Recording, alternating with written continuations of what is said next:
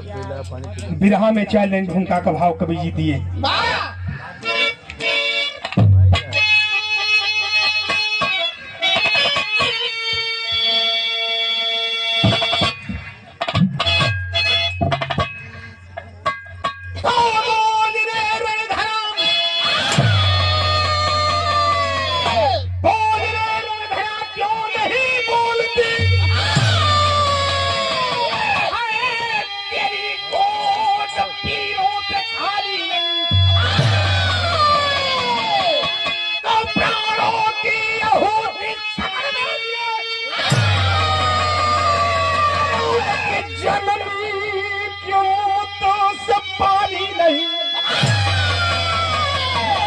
जब वो तन के दीवानों की टोली सजी, अरे मनाते थे होली दिवाली नहीं, फिरिंगी उजाड़े और चमन बाग को, जब चमन में रहा कोई बाली नहीं।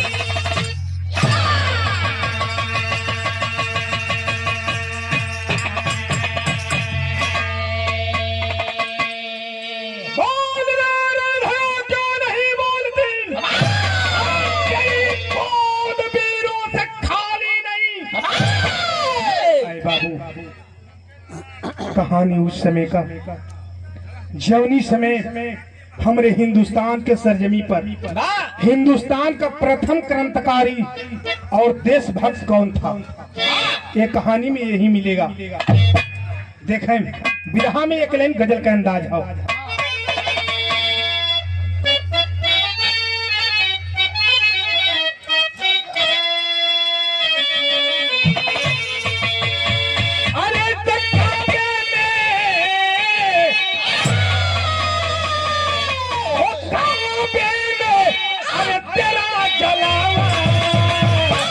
काशी में नजारा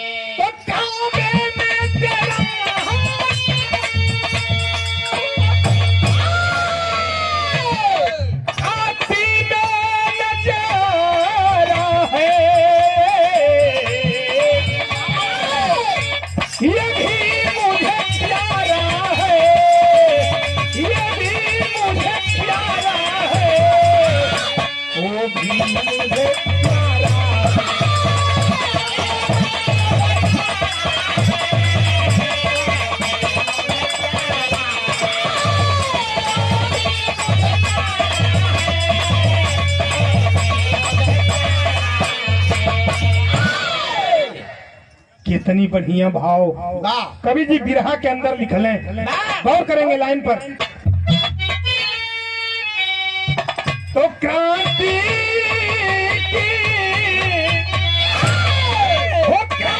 की सजी टोली फिरी घर घर निराली,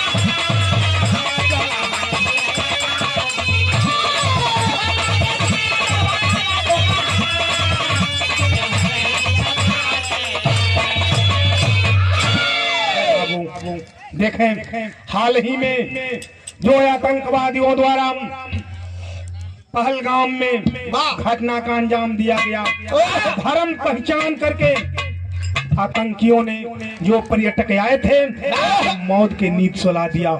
वह नीच कमीना, लेकिन मैं बधाई दूंगा इस देश के प्रधानमंत्री जी को और हिंदुस्तान का सेना जो कि वो जग करके और हमको और आपको चैन का नींद सोने का मौका देते हैं। अपने प्राणों की आहुति दे करके, अपने खून से इस मिट्टी को रंग करके और भारत माता को आजाद करने में उनका अहम भूमिका है। आज से नहीं, इतिहास गवाह है।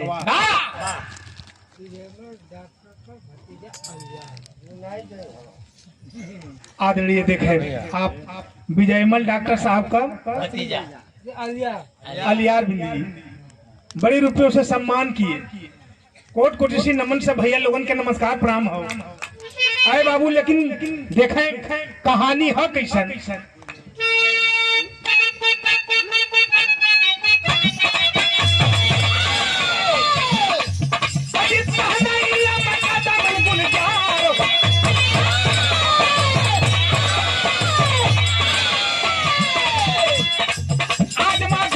हिंदगिरी का पुकार हुआ, सजी धरती माताए धरनों का ताराना था, जान बचा करे अपना गोरों को भगाना था।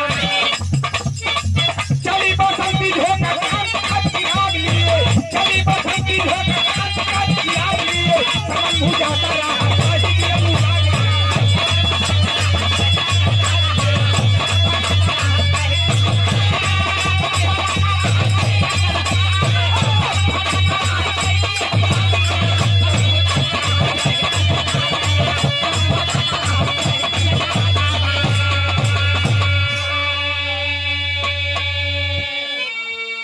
बाबू। देखें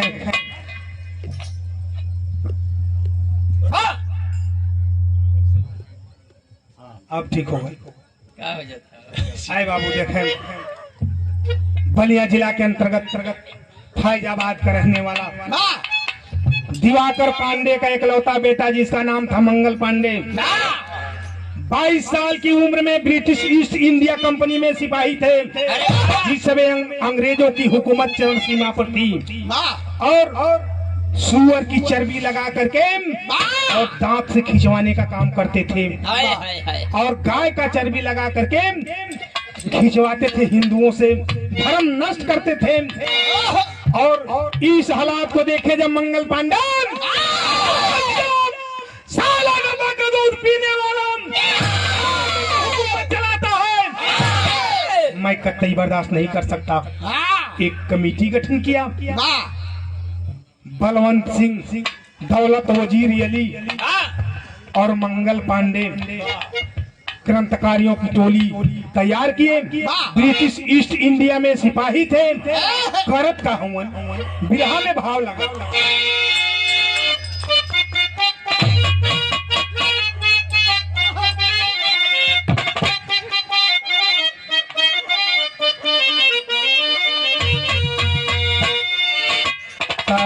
देखा ये भी नहीं भैया, आजकल कथा ऐसा गीत निकलत है। ए भोजपुरिया समाज जौन हो ए मीनू जी, भोजपुरिया समाज ना समाज शाम जी भी लम्बा चल जाती है भाई, ज्यादा सोचे का बात नहीं है। भोजपुरिया समाज जौन है जहाँ ना पहुँचे के तहाँ पहुँचा दिले है। उस समय का गीत जो रहा आजो ताजा है, जौना गीत के बिरहा में हम गावे जाते हैं। आज का गीत आवत है 2 दिन के बाद लुप्त हो जाता है। तब कैसे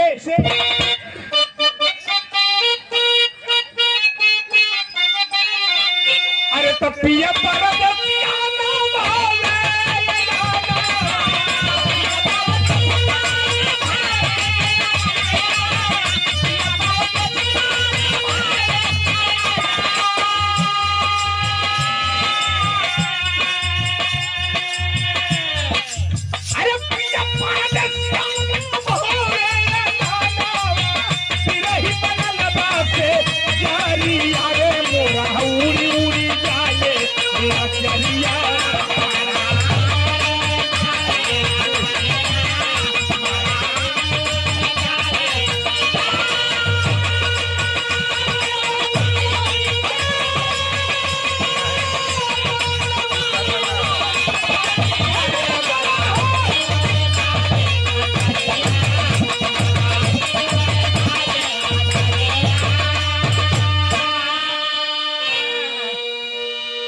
कितनी बढ़िया भाव कवि जी बिरहवा में लिखल है।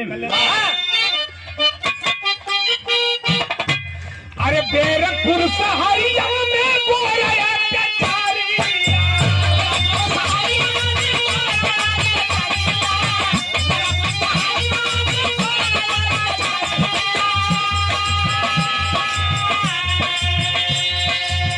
बैरकपुर सहारिया में गोरा अत्याचारी, जुल्म मचाल गई मानवा रे पापी हो गई ले गोरा दुश्मनवा।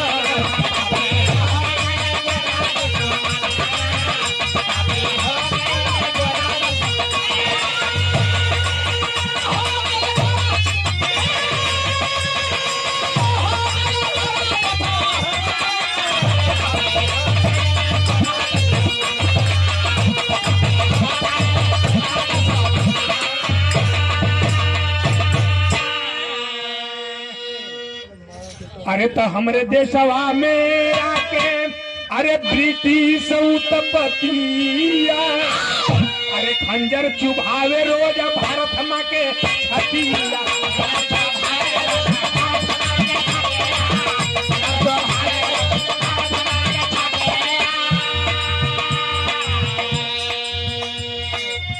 गई सुवरिया का चार बिना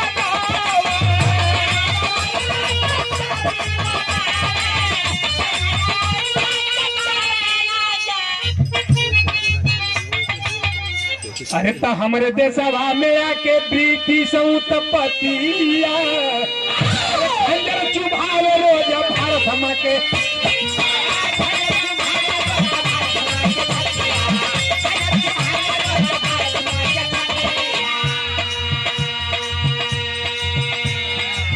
गई सुवरिया का चरनी लगावे,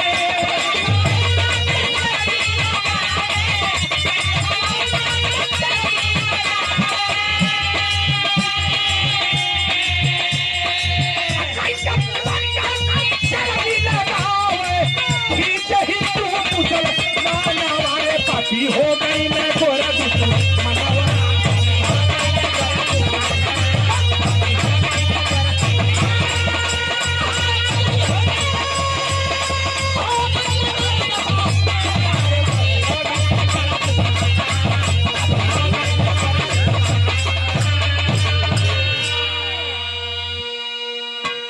आए बाबू, इस हालात को देखे मंगल पांडे, दौलत वजीर अली, बलवंत सिंह यादव रोंगटे खड़े हो गए। जरूर इसका बदला मैं लूंगा। देखे बाग नाम का इंचार्ज और मेजर हिंसल दोनों कोलकाता के परेड मैदान में विमान द्वारा आने वाले हैं। अपन रणनीति अपनावत हुए। ब्रिटिश ईस्ट इंडिया में सिपाही रहबे केलन, वर्दी में रहलन। मंच लगा है, पास में हथियार राइफल लेकर के और मंच के पास चले गए। लेकिन जब पास में गए न तो भाव लगल।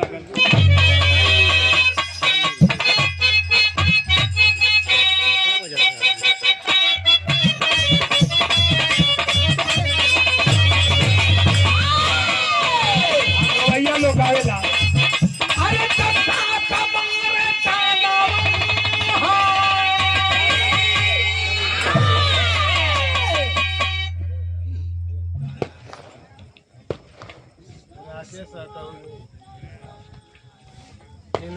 जी देखें अटौली की धरती सबके बस का नाम आप राकेश जी की ओर से बड़े रुपयों से सम्मान, कोट कोटि नमन। सब भैया लोगन के नमस्कार, प्रणाम, सलाम।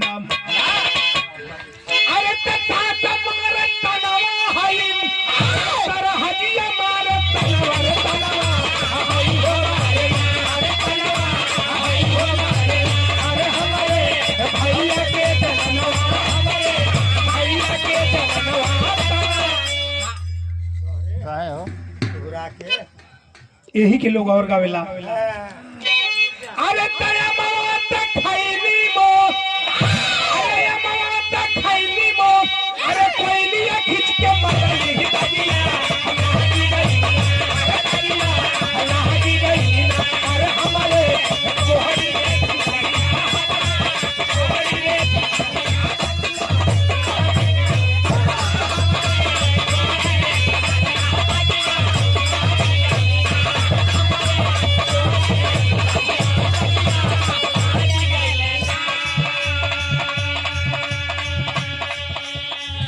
लेकिन कितनी बढ़िया भाव कवि जी बिरहा में लिखलन। राइफल में गोली भरले, राइफल में गोली भरले। कितनी बढ़िया भाव कवि जी दहलन। अरे राइफल में गोली भरले, राइफल में गोली भरले। अब राइफल में गोली भरले, मंगल कमल में हथुड़ी गई, हथुड़ी गई।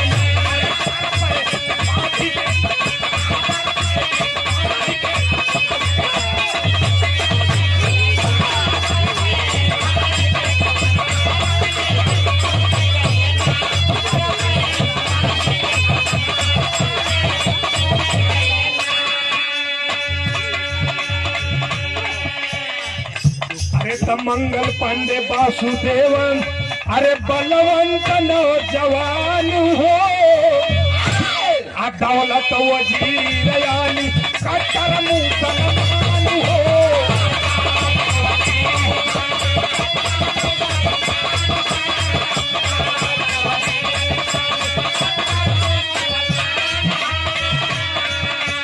अरे पापा वाला आगे पहुंचे, पापा वाला आगे पहुंचे।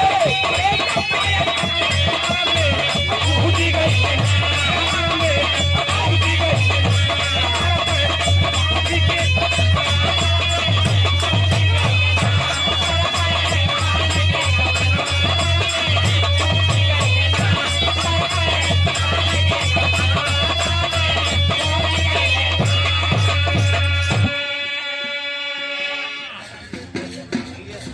आए बाबू, देखो मेजर हिल्सन और बाग नाम का इंचार्ज दोनों जब विमान द्वारा कोलकाता के परेड मैदान में आए, मंच के समक्ष बलवंत सिंह, दौलत वजीर अली, मंगल पांडे, वासुदेव पांडे अपने राइफल लेकर के ब्रिटिश ईस्ट इंडिया में सिपाही थे।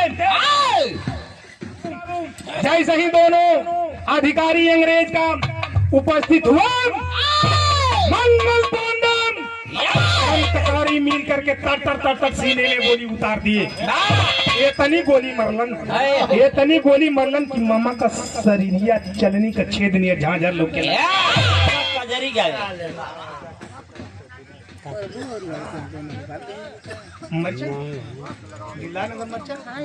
देखें दिल्ला नगर मरचा के धरती से आप महफिल में सज के आए दुल्हा राजा के आदरणीय चाचा जी की ओर से 101 रुपया कोट कोट से नमन। सब भैया लोगों के नमस्कार प्रणाम हो।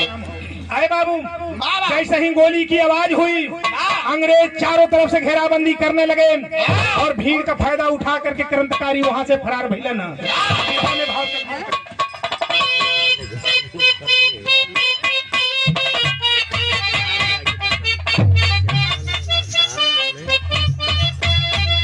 आई दुल्हा ने अपन दुख बताओ थे, हमरा बिरहा में कोनो ऐसा धुन ना मिली फुहर पाकर। हर गवैया अपना अपना अंदाज अनुभव से गावे, अनाज का माहौल हो। हमार कलाकारी कुछ अलग ढंग से हो। तेजोपुर के धरती से नमवा कृष्णा जी की ओर से, लड़का का मामा, दुल्हा के मामा जी, बहुत बहुत नमस्कार प्रणाम। सब भैया लोगों के नमस्कार प्रणाम हो। लेकिन बड़ा देरी के बाद आप लोग कहा हाँ नहीं तनी अवल करा तनी पहचान बढ़ी ना। देखें इहो अपने जमाने का बड़ी क्लास कली गीत है। कैसे अवल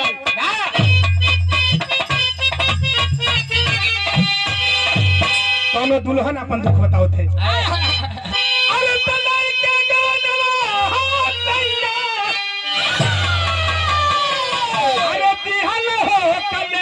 की विदेशवा कैला ना हो कि रजऊ विदेशवा।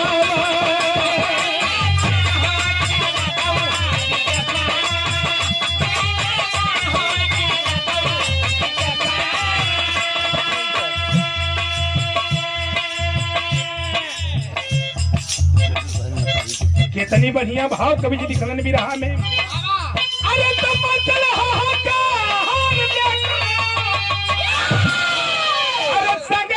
हरी की यफतिया कई ना हो की बिरवा यफतिया।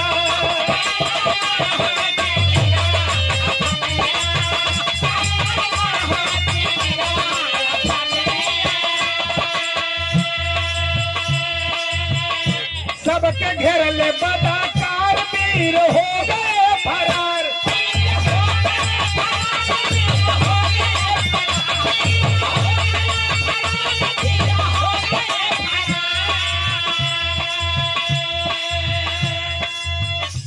पहले जुर्म बरियार भारी भाई अत्याचार।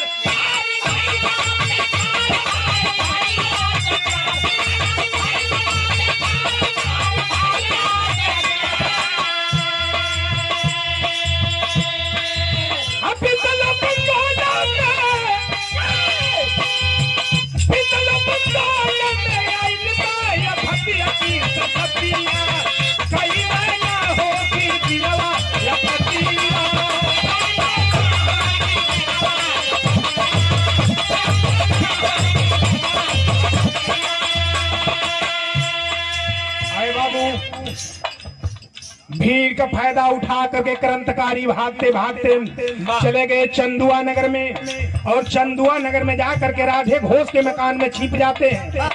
अंग्रेजों को पता चला क्रांतिकारी जा करके चंदुआ नगर में छिपे हैं। घेराबंदी जैसे ही करे लगलन, मौका का फायदा उठा करके क्रांतिकारी तो वहां से भाग गए। लेकिन उस मकान को, राधे घोष का मकान के चारों तरफ से अंग्रेज घेर लेला। आज जब घेरलन है बाबू, वही राधे घोष की एक बिटिया थी, जवानी की तहलील पर थी, जिसका नाम था छाया। बीए की छात्रा थी। राधे घोष जब देखे अंग्रेज घेर लिए, अपने बेटी के कहलन की बिटिया भाग जा बेटी, इतना बड़ा मकान हो, कहीं कोना यात्रा में जाके छिप जाओ, नहीं तो अंग्रेज कोरी चुंदरी में दाग लगाई दी है ये बेटी, चल जा। छाया कहलस की नाम पापा ना, ये हालात में छोड़ के हम आपके ना जाओ, हमके अपना से अलग मत करा। राधे घोष कहलत की नहीं रे बिटिया, हमार जिंदगी का अंतिम घड़ी का परीक्षा आ गई है। आ तू ये धरती माता के सुगंध, भारत माता के सुगंध क्रिया धराए के, अब बिटिया छाया के उतना बड़ मकान में एक कोना में जाकर के छाया बिटिया छिप जाती है। तब तक अंग्रेज दरवाजा तोड़ करके और जा करके राधे घोष को पकड़ लिए, और पकड़ करके हंटर से जब मारे लगने बाबू, अंग्रेजन जब अंग्रेज मारत हुवन, क्रांतिकारियन का पता ठिकाना पूछत हुए, तो राधे घोष के अखिया से आंसू ना बरसत हो। वो भी एक देशभक्त था, मुहवा से हंसी आवत है। हंस के एक बात कहलन, का कहलन,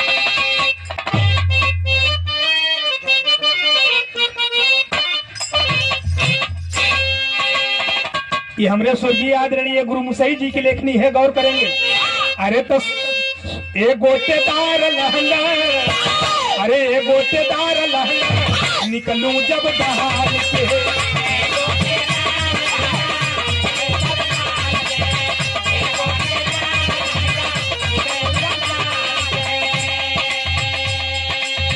एक गोटेदार लहंगा निकलूं जब डाल के, छुरिया चल जाए तेरी, छुरिया चल जाए तेरी मतवाली डाल पे।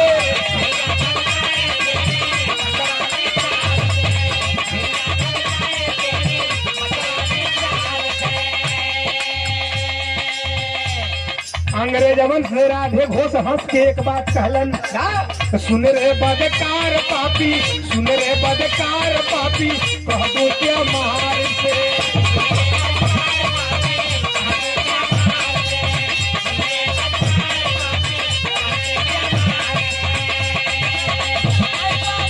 कह दो क्या मार से, सुन रे बदकार पापी, कह दो क्या मार से।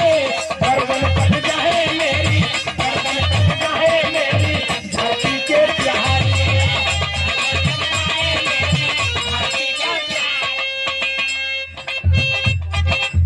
बतावल गई पूर्व दिशा से पश्चिम जाके भानु भले उग जाए, अरे चाहे काली रात ये मौका चंदा ले आए।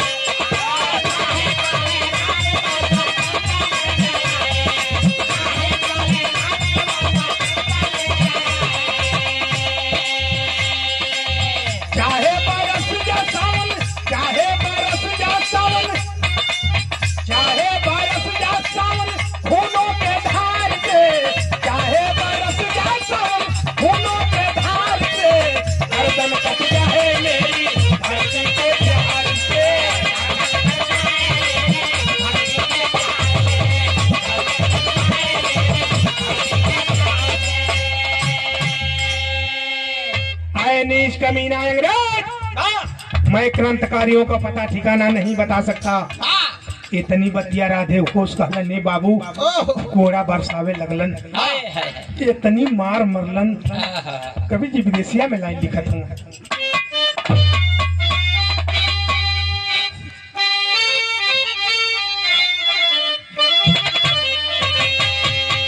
अरे तब पकड़ी के पापी राधे,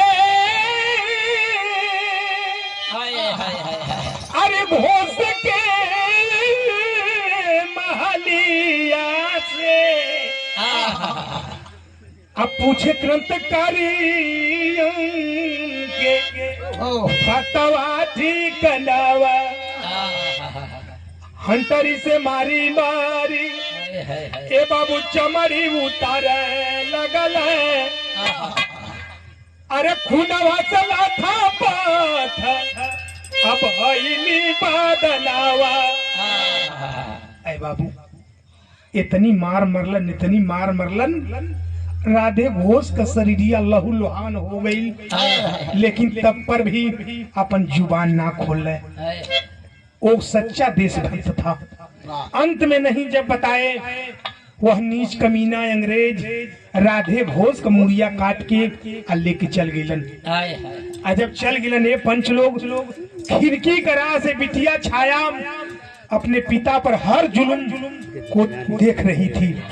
जब अंग्रेज चले गए दौड़ करके, वह बीए की छात्रा छाया आ करके और पापा का लाश के पजरा बैठ करके रोने लगी। पापा, मैं कहती थी न पापा कि आप अपना से हमके अलग मत करे पापा, हमरा के अलग मत करे पापा। अगर हम रहती न पापा, हमें आपका सथवा रहती तो आपका मदद जरूर कैले होती। लेकिन पापा आपकी ये जिंदगी और आपकी ये कुर्बानी व्यर्थ नहीं जाने दूंगी। अपने पिता की खून का टीका लगा करके हिंदुस्तान की बाला और गई मंगल पांडे के पास जाकर के बोली, भैया मैं वही राधे घोष की बिटिया छाया हूँ, मैं अपने पिता की प्रतिशोध में अंग्रेजों से बदला चुकाने के लिए तड़प रही हूँ। गोली और बम सिखावे लगलन, तब बिरहा में भाव कवि जी लिखलन,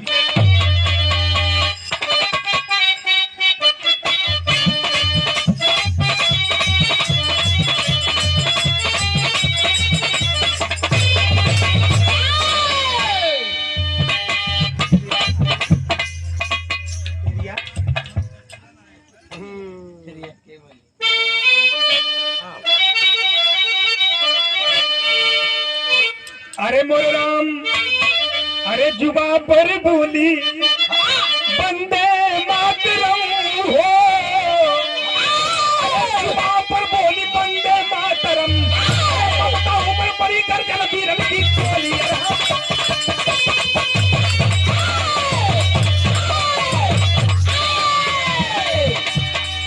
ममता उम्र परी गर्जन वीरन की टोली, जुबा पर बोली बंदे मातरम। अब लगा ला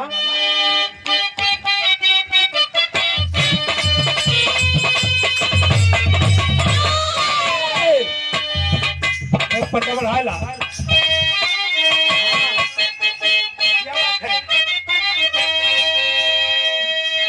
अरे तई गोरी के पारी उमर लचकनिया, गोरी के पारी उमर लचकनिया,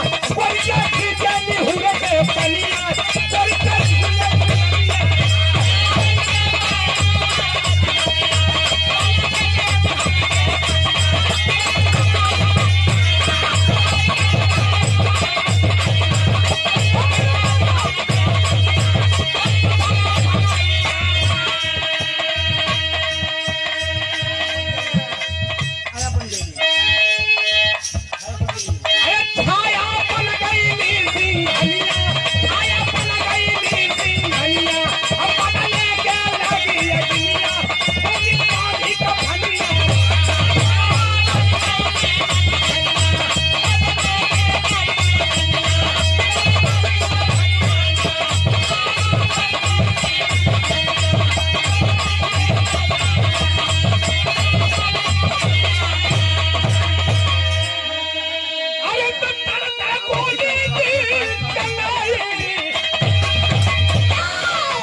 अरे दुश्मन को मार गिराई, दुश्मन को मार गिराई, ककली पापिन के गर्दनिया, ककली पापिन के गर्दनिया, उनसे कभी हरी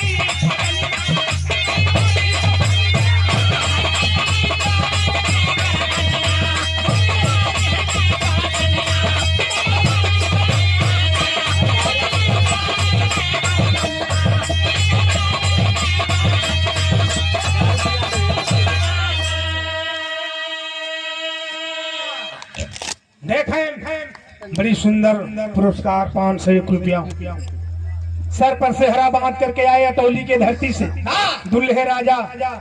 मैं परमात्मा से यही निवेदन करता हूँ कि बड़े वधू की जोड़ी जब तक गंगा जमुना का पानी लहरत रहे, आप दोनों का जवानी जिंदगानी लहरत रहे। बहुत बहुत नमस्कार प्रणाम सब भैया लोगों के पलगी प्रणाम हो। अरे बाबू बतावल गई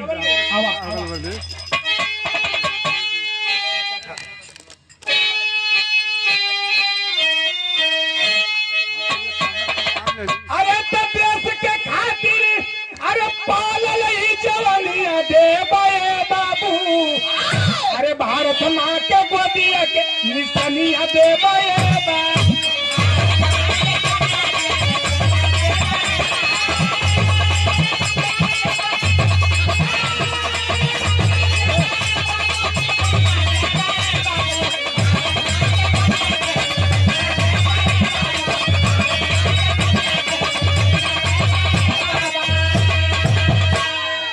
अरे तो शत्रु के संग में अपन अरे बहिया पुजाई बे, अरे पाप के बदलावा हूँ अरे दुश्मनवा से चुकाई बे।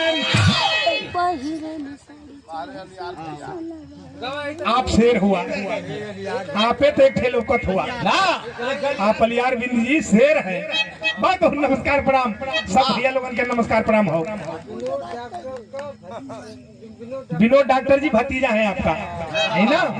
अच्छा गलती बोलाई तो 10-20 दे के फिर बोलवा लिया हम बोल दे सवेरे अपन हो लग दे नमरवा।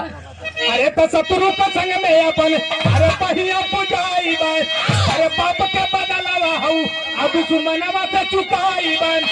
अरे यारी को प्यासी खंजर बन आई करदनिया दे बे बाबू, अब भारत माँ के गोदिया के निशानियों की कोई बात। आए बाबू उस समय क्रांतिकारी मंगल पांडे, वासुदेव पांडे, बलवंत सिंह, दौलत वजीर अली, बिटिया छाया यह राधे घोष का मुड़िया के ले जाकर के कोलकाता में अंग्रेज जश्न में डूबल हुआ। क्रांतिकारी मौका के तार के पहुंचलन, जब पहुंचलन तो कैलन का भाव।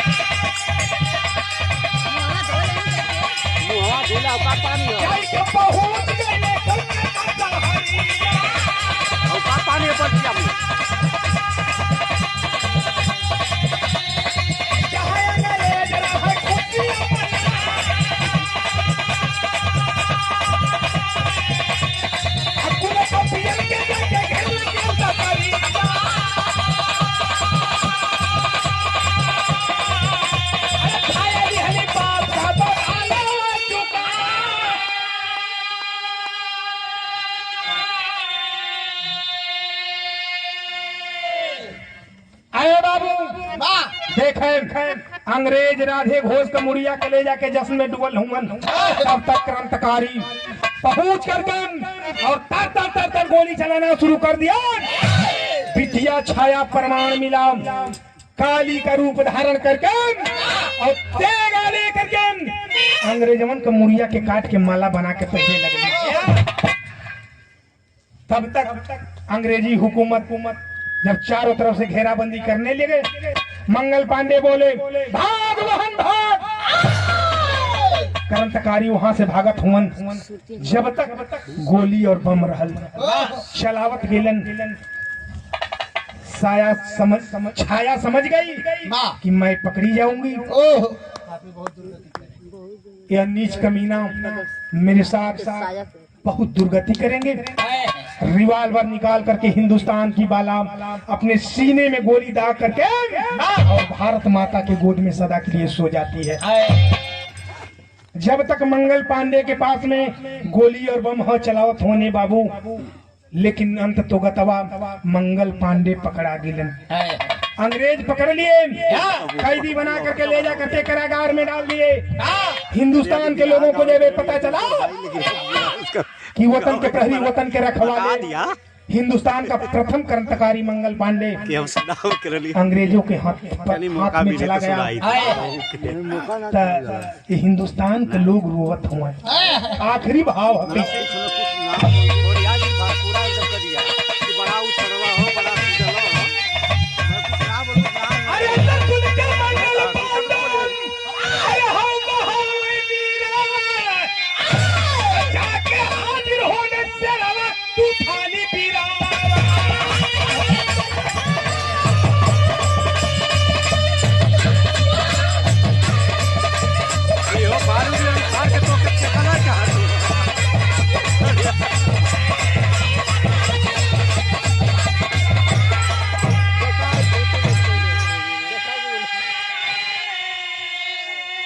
अटौली की धरती से आप आदरणीय राज बहादुर जी की ओर से बड़े रुपयों से सम्मान, कोट कोटि सी नमन, सब भैया लोगों को नमस्कार प्रणाम हो।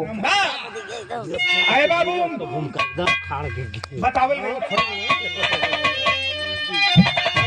पुलिस रिहासत में लेकर तब चालू कर दी केस। डिस्ट्रिक्ट जज जब दिया फैसला हुई मुकदमा पेश। अरे तो झूल गए फांसी के झूलनवा तूफानी पीरा।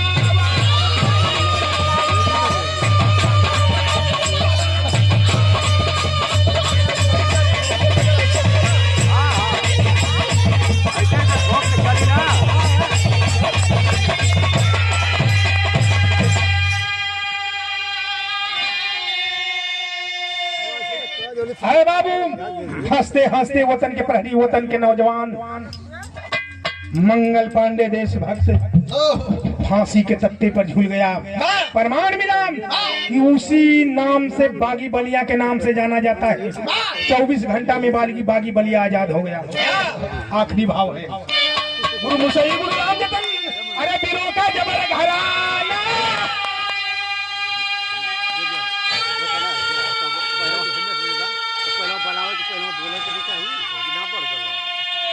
अरे झिल्लू जी मंधाता हीरा, अरे लिखते बीरों का गाना हो।